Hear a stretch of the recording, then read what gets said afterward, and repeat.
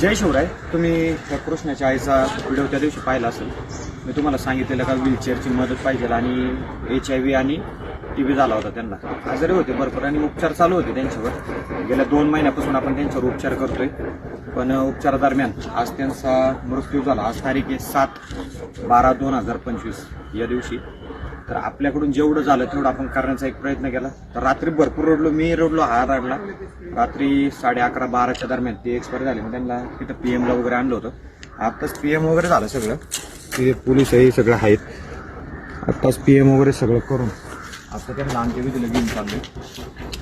तर एकच अपेक्षा आहे, आज भाऊ सुद्धा म्हणजे आज ॲम्ब्युलन्सच्या माध्यमातून आज रुग्णांची सेवा करायचं काम करत असतो. अक्षय बोराडे ज्यावेळेस समाजासाठी काम करतो, आज जे लोक आता ज्यावेळेस याला आणलं, आता 2-2.5 वर्ष झाले आपल्या आश्रमात हा. तर एकदम विचित्र परिस्थितीत हे आपलं आयुष्य ओतूर पोलीस स्टेशन म्हणजे ओतूरच्या बस स्टँडवर फिरत होते. व्यवस्थित कपडे नव्हते अंगावर. मला एकच म्हणायचं कसं जरी असलं तरी मरण आज त्यांना आपल्या घरात भेटलं, उपचारादरम्यान भेटलं. आज रोडवर असताना कुणी कोणाला विचारत नाही. फार किडे पडले काय आणि रस्त्यावर असा किड्या मुंग्यासारखा मेला काय, कोणी कोणाला बघत नाही. काय येतं, पोलीस येतात, पंचनामा वगैरे करतात, झालंच, अंत्यविधी झाला. पण आज आपल्या सगळ्यांच्या माध्यमातून तिला एक कुटुंब तरी भेटलं आणि आज अंत्यविधी तरी भेटतोय. अंत्यविधी तरी भेटतोय हीच सगळ्यात महत्वाची गोष्ट आहे. तर बघा, तुम्ही सगळेजण मदत करताय म्हणून मी समाजात चांगलं काम करू शकतो. भाऊला फोन केला 5 मिनिटात, म्हणजे मी कधी फोन केला. हा नारायणगावला असतो, मॅक्स केअर हॉस्पिटल असेल किंवा प्रत्येक हॉस्पिटलला तो त्याच्या परीने आज रुग्णांची सेवा करण्याचं काम करतो. 5 मिनिटात तो माझ्यापाशी येत असतो. तर ही मैत्री असते आणि अशा लोकांमुळे मी एक समाजात चांगलं काम करू शकतो. आता नेमकी मी तुम्हाला तो पण व्हिडिओ पाठवला का आपल्याकडे 140 मुलांची सहल येणार आहे. मला ती गडबड चालू होती कारण का आपल्याकडे आता 96 लोक आहेत आणि आज सहल येणार आहे. तर त्याच्यामुळे ती गडबड चालू होती. रात्री असं झालं, सकाळी 6 वाजल्यापासून आम्ही जागे. 6 वाजल्यापासून पोलीस वगैरे बिचारे सकाळपासून काम करतात.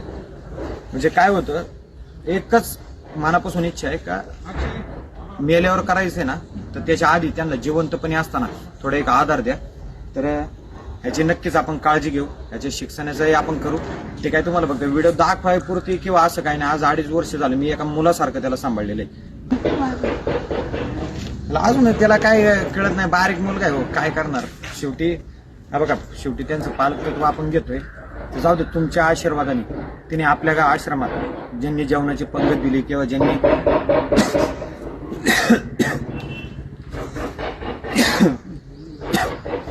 कपडे दिले, गाऊन दिले, ते तरी त्यांनी हाताने घातले ना, एक बहीण म्हणून घातली. असंच आपल्या शिवकार्याच्या पाठीशी उभं राहा.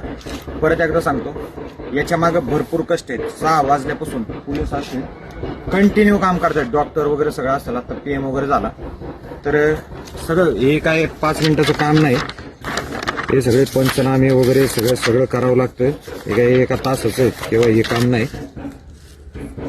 तेव्हा पुढे जाऊन दुपारी काम झाले आणि आता त्यांना अंत्यविधीला घेऊन चाललोय. तर बापभाऊ पाटे यांचं पण मनापासून धन्यवाद देतो. आज ते खरंच एक प्रामाणिकपणे आज मला पण एक मदत करायचा प्रयत्न करतायत. पुढे अंत्यविधीला गेलो त्या ठिकाणी तर लगेच माझा फोन उचलतात, मला म्हणजे त्यांच्या परीने सहकार्य करत असतात. असंच पाठीशी उभा राहा. नंबर सांगतो 7709092527. याच्यावर आपण संपर्क करू शकता. आणि नारायणगावात ऑनलाईन ॲम्ब्युलन्सची मदत असेल, एक म्हणजे पैसे न घेता बरं का, एक मुलगा चांगलं काम करतोय, आपला मुलगा आहे, त्यालाही सहकार्य करा. धन्यवाद. जय शिवराय, जय संभाजीराजे.